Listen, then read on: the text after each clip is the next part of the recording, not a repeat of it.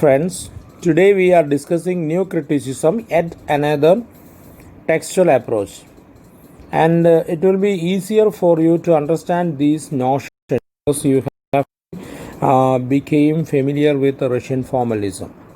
So this is not much different from Russian formalism, and actually it can be called as an Anglo-American variety of formalism. And the new criticism, the name got struck when John Crow Ransom published his book, The New Criticism, in 1941. And new criticism emerged in the American literary scene around 1930s and lasted up to 1960s. Even now you can see the aspects of new criticism in our literary world.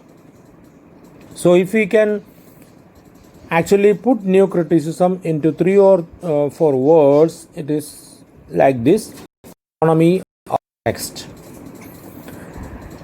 New critics think that work is an autonomous entity whose unity and meaning are constituted by formal and rhetoric features. As you already know, there are formal and rhetoric features that gives form to a literary work, and they are the deciding features of a literary work, they say. And they say the text is free from reflecting the society, also having any connection with the author.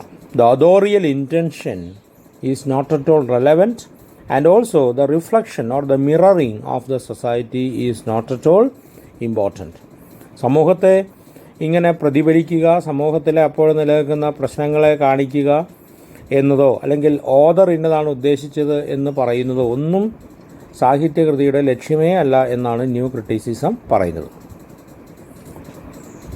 Some of the prominent new critics are Glenn Brooks, Alan Tate, John Crow Ransom. As you can see, you can read all these names. These are the prominent new critics of American literary scenario. So, what is the origin of new criticism? There are many different streams that got together to form the origin and also the lasting influence on new critics. One is Matthew Arnold, the Victorian 19th century English critic, who stood for the supremacy of poetry. And he also introduced another thing, the power of the word, that is the supreme power. T.S. Eliot, even though he later made fun of the new criticism as lemon squeezing criticism, liberated criticism from biographical criticism. That is, honest criticism is directed upon the poetry, not the poet. That was his dictum. അപ്പോൾ പഴയ കവികളെ പറ്റിയിട്ടല്ല പഠിക്കേണ്ടത്, കവിതയെ പറ്റിയിട്ടാണ് പഠിക്കേണ്ടത് എന്നാണ് അദ്ദേഹം പറഞ്ഞത്. അങ്ങനെ ബയോഗ്രഫിക്കൽ ക്രിറ്റിസിസം, കവിയുടെ ജീവചരിത്രമാണ് കവിതയുടെ ക്രിറ്റിസിസം എന്നതിൽ നിന്ന് മാറ്റം വരുത്തിയത് ടി എസ് എലിയറ്റാണ്. മാത്രമല്ല ടി എസ് എലിയറ്റിൻ്റെ ചില കോൺസെപ്റ്റുകൾ, for example T S Eliot says that criticism must emphasis on the scientific features, precision, objectivity, impersonality and medium. ഇതൊക്കെ സയൻസ് പോലെ ആയിരിക്കണം, ഒബ്ജക്റ്റിവിറ്റി ഉണ്ടായിരിക്കണം, ഇംപേഴ്സണാലിറ്റി ഉണ്ടാവണം എന്നുള്ളതൊക്കെ അദ്ദേഹത്തിൻ്റെ പല കൃതികളിലും അദ്ദേഹം പറയാറുണ്ട്. അപ്പോൾ അതെല്ലാം തന്നെ ന്യൂ ക്രിറ്റിസിസത്തിന് ആവശ്യമായിട്ടുള്ള പ്രോത്സാഹനമായി മാറി എന്നുള്ളതാണ് പ്രത്യേകത. പക്ഷേ ന്യൂ ക്രിറ്റിസിസത്തിൻ്റെ ഒരു പ്രധാനപ്പെട്ട ഇംപെറ്റസ് അല്ലെങ്കിൽ ഒരു പുരോഗതി സംഭവിക്കുന്നത് ഐ.എ. റിച്ചാർഡ്സ് പ്രാക്ടിക്കൽ ക്രിറ്റിസിസം പ്രചരിപ്പിച്ചതോടുകൂടിയിട്ടാണ്. I A. Richards differentiated the emotive language of poetry from the non-literary language, like the Russian formalists. The Russian formalists, almost all of them, argued that the language of literature is different from the language of the day-to-day life of people. You might be remembering that. So I.A. Richards also insisted that there is an emotive language for poetry which is entirely different from the non-literary language of that people. Another thing he introduced was close reading of poetry. So close reading focus on the formalistic trends and characteristics of the poetry or the work of art. Another thing he advocated was there should be a precision in criticism like that of science. And disciple William Emerson introduced ambiguity. William Emerson introduced 7 types of ambiguity. മലയാളത്തിലെ അർത്ഥ ശങ്ക എന്നൊക്കെ വേണമെങ്കിൽ പറയാം. അതായത് കൃത്യമായിട്ടുള്ള അർത്ഥമില്ല, അതും ആവാം ഇതും ആകാം. 7 തരത്തിലുള്ളത് ആണ് വില്യം എംസൺ ഇൻട്രൊഡ്യൂസ് ചെയ്തത്. ഇത് പോയറ്റിക് ലാംഗ്വേജിൻ്റെ ഒരു പ്രധാനപ്പെട്ട ഘടകമാണ് എന്നാണ് എംസണും അയ്യർ റിച്ചാർഡ്സും ഒക്കെ പറയുന്നത്. അപ്പോൾ ഒരു ക്ലിയർ കട്ട് വിവരം നമുക്ക് നിത്യജീവിതത്തിലുള്ളതുപോലെ കവിതയിൽ നിന്ന് പ്രതീക്ഷിക്കാൻ കഴിയില്ല എന്നാണ് അതിൽ നിന്ന് പറയുന്നത്. അയ്യർ റിച്ചാർഡ്സിൻ്റെ 2 പുസ്തകങ്ങളാണ് അതിൻ്റെ താഴെ കൊടുത്തിരിക്കുന്നത്. അയ്യർ റിച്ചാർഡ്സിൻ്റെ വർക്കോട് കൂടിയിട്ട് what happened in the literary criticism is biographical and historical criticism was replaced.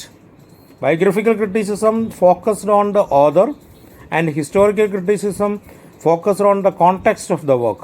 ഏത് കോണ്ടെക്സ്റ്റിലാണ് ഉണ്ടായത് എന്നുള്ളതാണ്. അത് രണ്ടും മാറി.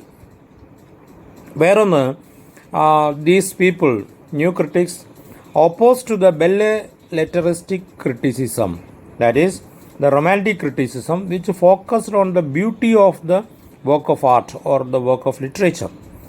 അതിൽ നിന്ന് കിട്ടുന്ന സൗന്ദര്യാനുഭൂതി, കവിത വായിക്കുമ്പോൾ കിട്ടുന്ന ആനന്ദം, അത്തരം കാര്യങ്ങളെ പറ്റിയിട്ടുള്ള ഒരു ഇതാണ് ബെല്ലിറ്ററിസ്റ്റിക് ക്രിറ്റിസിസം എന്ന് പറയുന്നത്. അത് മാറ്റിക്കളഞ്ഞു എന്നുള്ളതാണ് പ്രത്യേകത. ഇതിനു മുമ്പ് ഉണ്ടായിരുന്ന ക്രിറ്റിസിസത്തിൻ്റെ പ്രത്യേകത എന്താ? അവർ ഈ technical and rhetoric accomplishment. There is a rhetoric accomplishment of the text. There is a technical accomplishment of the text.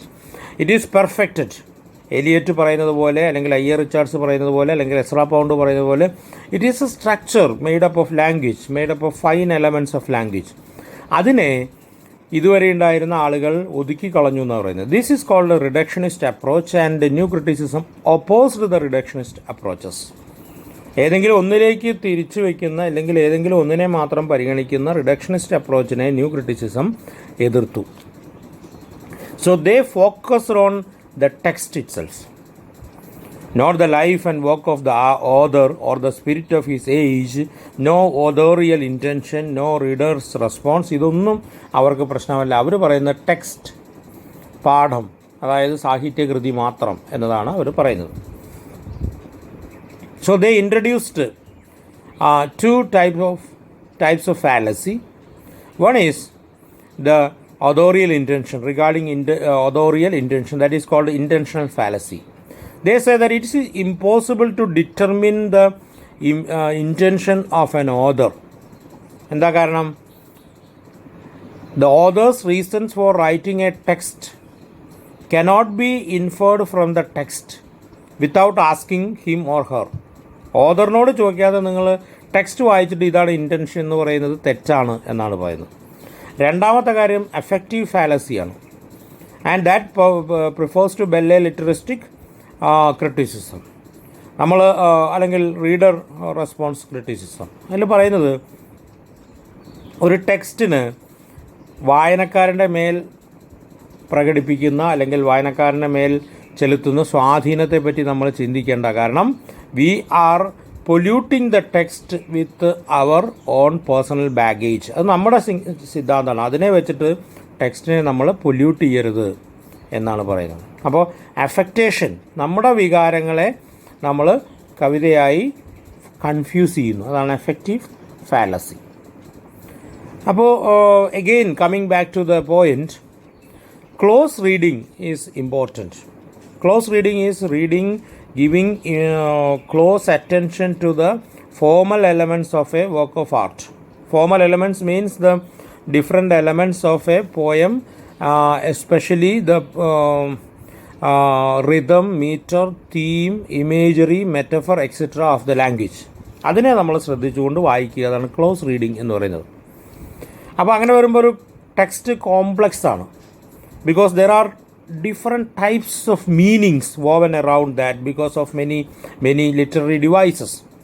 Multiple meanings are woven around that, and these meanings are conflicting. ഒരു meaning വേറൊരു മീനിങ്ങുമായിട്ട് പലപ്പോഴും സംഘർഷമുള്ളതാണ്. രണ്ടും ഒരേപോലെ ആയിരിക്കണമെന്നില്ല. എങ്ങനെയാണ് ഈ meaning ഉണ്ടാക്കുന്നത്?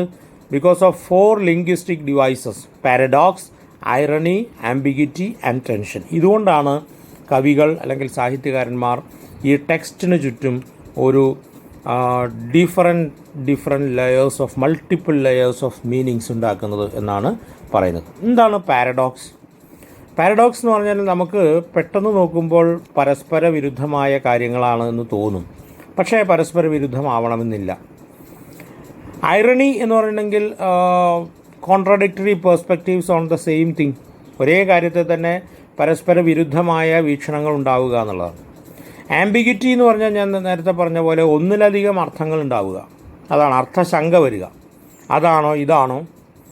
Tension എന്ന് പറഞ്ഞിട്ടുണ്ടെങ്കിൽ ഈ ഓപ്പോസിറ്റ്സിനെ ലിങ്ക് ചെയ്യുമ്പോഴുണ്ടാകുന്ന മുറുക്കത്തെയാണ് നമ്മൾ ടെൻഷൻ എന്ന് പറയുന്നത്. These are the 4 linguistic elements or poetic devices that are used in poetry to produce variety of meanings എന്നാണ് ന്യൂ ക്രിറ്റിക്സ് പറയുന്നത്. പ്രത്യേകിച്ച് ക്ലൈൻ ബ്രൂക്സ് ഒക്കെ ഇതിനെപ്പറ്റി ധാരാളം എഴുതിയിട്ടുണ്ട്.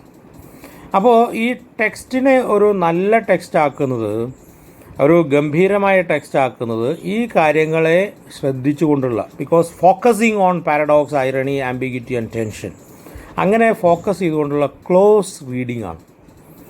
Okay, so the detailed examination of the complex relationship between the text formal elements and theme എന്നാണ് നമ്മൾ close റീഡിങ്ങിനെ പറയുക.